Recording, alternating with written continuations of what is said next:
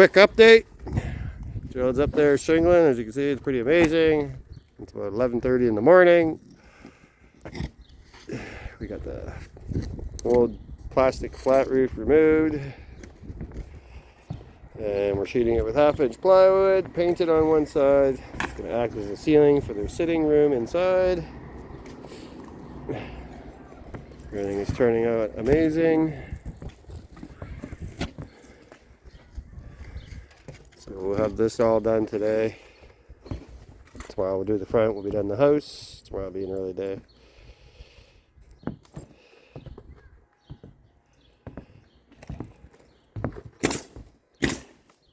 It's a nice day here in Delta, BC.